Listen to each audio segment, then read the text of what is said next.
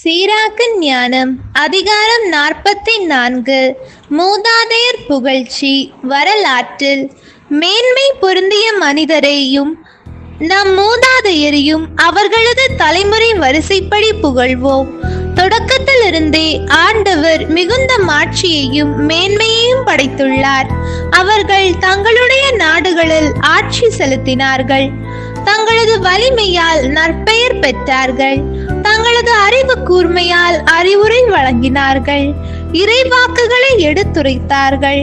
தங்கள் அறிவுரையாலும் சட்டம் பற்றிய அறிவு கூர்மையாலும் மக்களை வழி நடத்தினார்கள்.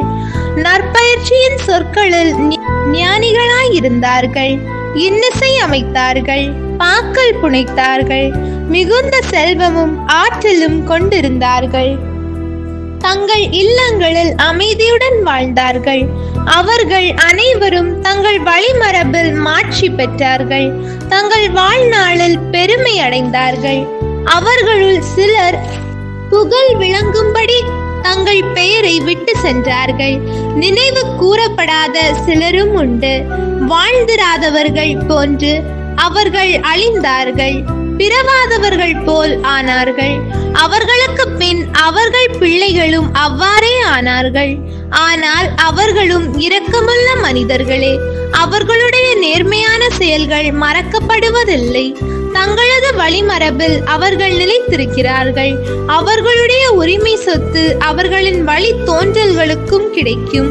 அவர்களின் வழிமரபினர் உடன்படிக்கைகளின்படி நடக்கின்றனர். அவர்கள் பொருட்டு அவர்களின் பிள்ளைகளும் அவ்வாறே நடப்பார்கள். அவர்களின் வழிமரபு என்றும் நிலைந்தோங்கும். அவர்களின் மாட்சி அழிக்கப்படாது. அவர்களுடைய உடல்கள் அமைதியாய் அடக்கம் செய்யப்பட்டன. அவர்களுடைய பெயர் தலைமுறை தலைமுறைக்கும் வாழ்ந்தோங்கும். மக்கள் அவர்களுடைய ஞானத்தை எடுத்துரைப்பார்கள். அவர்களது புகழை சபையார் பறைசாற்றுவர். ஏனோக்கு ஆண்டவருக்கு உகந்தவரானார். அவரால் எடுத்து கொள்ளப்பட்டார். எல்லா தலைமுறைகளுக்கும் மனமாற்றத்தின் எடுத்துக்காட்டாக விளங்குகிறார். நோவா நிறைவுள்ளவராகவும் நீதிமானாகவும் திகழ்ந்தார். சினத்தின் காலத்தில் பரிகாரம் செய்தார். வெள்ளப்பெருக்கு ஏற்பட்ட போது அவர் பொருட்டு சிலர் உலகில் விடப்பட்டார்கள். எவ்வுயிரும் வெள்ளப்பெருக்கால் இனி அழியக்கூடாது என்பதற்கு என்றும் உள்ள உடன்படிக்கைகள் அவருடன் செய்யப்பட்டன. ஆபிரகாம் பல மக்களினங்களுக்கு குலமுதல்வராய் திகழ்ந்தார். மாட்சியில் அவருக்கு இணையானவர் எவரையும் கண்டதில்லை. உன்னத இறைவனின் திருச்சட்டத்தை அவர் கடைபிடித்தார். அவரோடு உடன்படிக்கை செய்து கொண்டார். அவ்வுடன்படிக்கையை தம் உடலில் நிலைக்க செய்தார். சோதிக்கப்பட்ட போது பற்றுறுதி கொண்டவராக விளங்கினார்.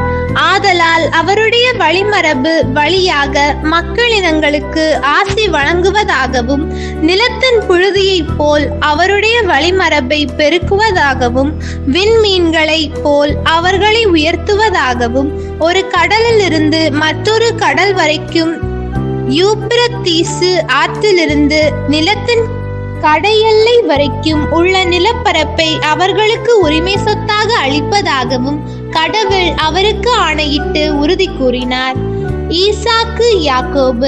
ஈசாக்கிடமும் அவருடைய தந்தை ஆபிரகாமை முன்னிட்டு அந்த உறுதிமொழியை கடவுள் புதுப்பித்தார். எல்லா மனிதருடைய ஆசையும் உடன்படிக்கையும் யாக்கோபின் தலைமீது தங்க செய்தார். தம் ஆசைகளால் அவரை உறுதிப்படுத்தினார். நாட்டை அவருக்கு உரிமை சொத்தாக வழங்கினார்.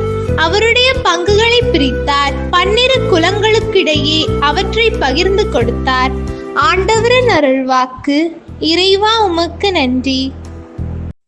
ஹோலி பைபிள் தமிழ் சேனலில் திங்கள் முதல் வெள்ளி வரை திருவிவிலியத்தின் ஒரு அதிகாரமானது பதிவேற்றம் செய்யப்படும். நம் அன்பு கடவுளின் ஆசியும் அருளும் இன்னும் பலருக்கு கிடைக்கப்பெற ஹோலி பைபிள் தமிழ் சேனலை சப்ஸ்கிரைப் செய்யவும். மேலும் உங்கள் உறவினர் மற்றும் நண்பர்களுடன் ஷேர் செய்யவும். நன்றி.